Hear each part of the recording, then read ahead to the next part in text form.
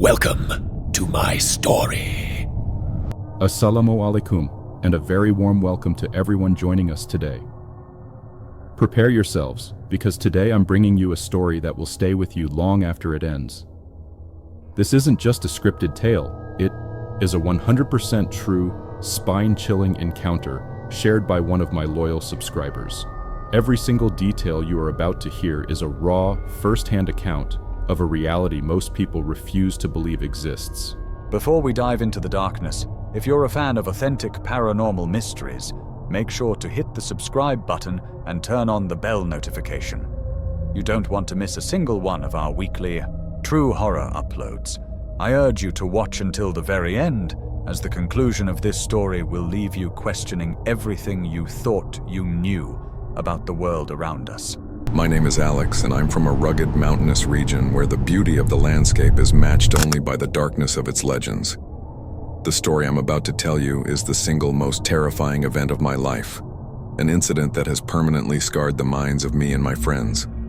This happened about 6 years ago, but whenever I recall the events of that night, an icy dread fills my veins, and my heart pounds in my chest as if it's trying to escape.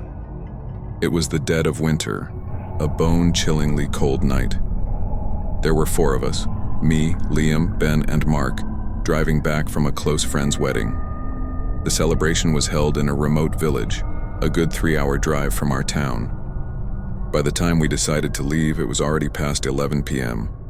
Our elders had warned us against traveling at night, especially on that particular mountain road, a stretch of asphalt notorious for strange and unexplained occurrences.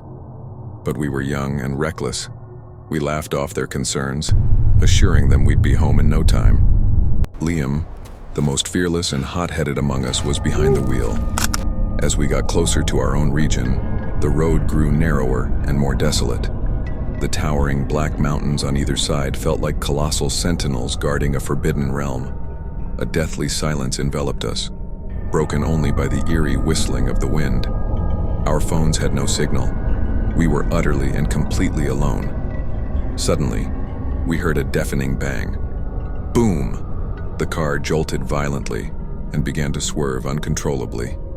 Liam wrestled with the steering wheel and managed to bring the car to a screeching halt on the side of the road. We saw that the rear tire had completely blown out. We took out the spare and the tools. The jack was old and rusty, and our hands, numb from the cold, fumbled as we struggled to set it up. The feeling of isolation was becoming a heavy weight on our chests. We were struggling with a stubborn lug nut when I noticed a shadow moving on the road some distance away.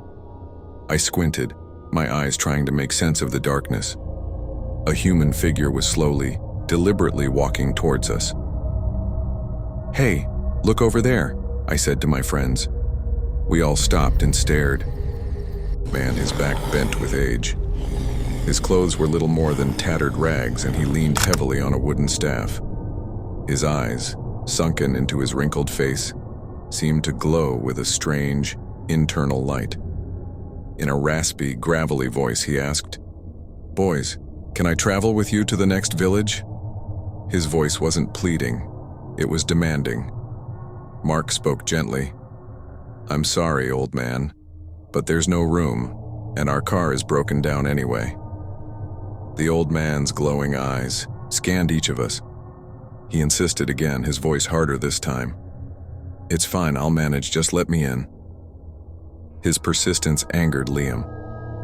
"Look, old man, didn't you hear him? There's no room. Now go on your way." Hearing this, the old man smiled. But dear God, it wasn't a smile.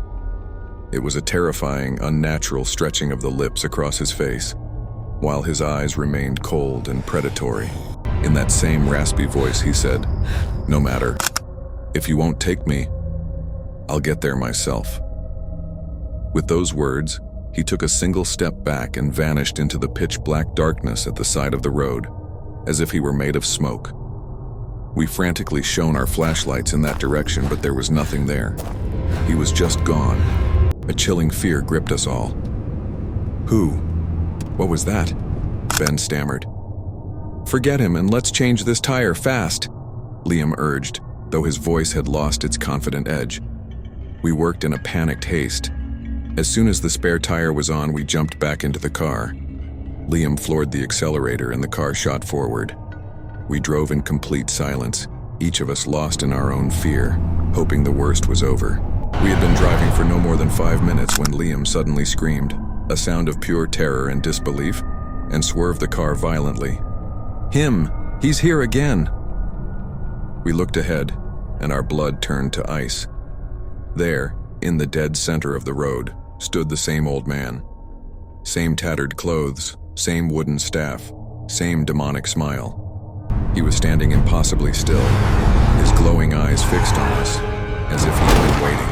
Liam gunned the engine and swerved around him at high speed. As we passed him, I made the terrible mistake of looking in the side view mirror. The sight that met my eyes will haunt me until the day I die. The old man was chasing us, but his speed was inhuman, effortlessly keeping pace with our car, which was now going over 70 miles per hour. And the most terrifying part, his feet were not touching the ground. He was gliding, floating almost a foot in the air. His eyes no longer just glowed. They burned like 2 red-hot coals in the darkness. As our prayers grew louder, save us. the figure in the mirror Lord, seemed to have fall back mercy. slightly. Please, After a please, few make it minutes that stop. felt like an eternity, We trust in you. we saw the faint lights of a distant town.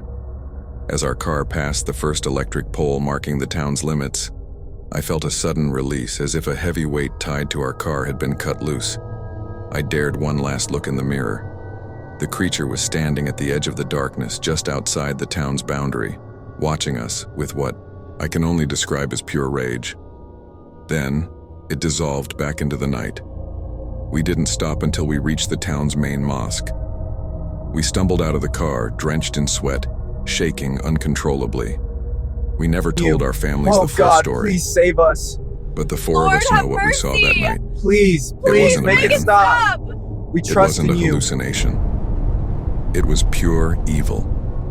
The fear is still alive in our hearts, and I believe it always will be. Hope you found this true story chilling. What are your thoughts on this encounter?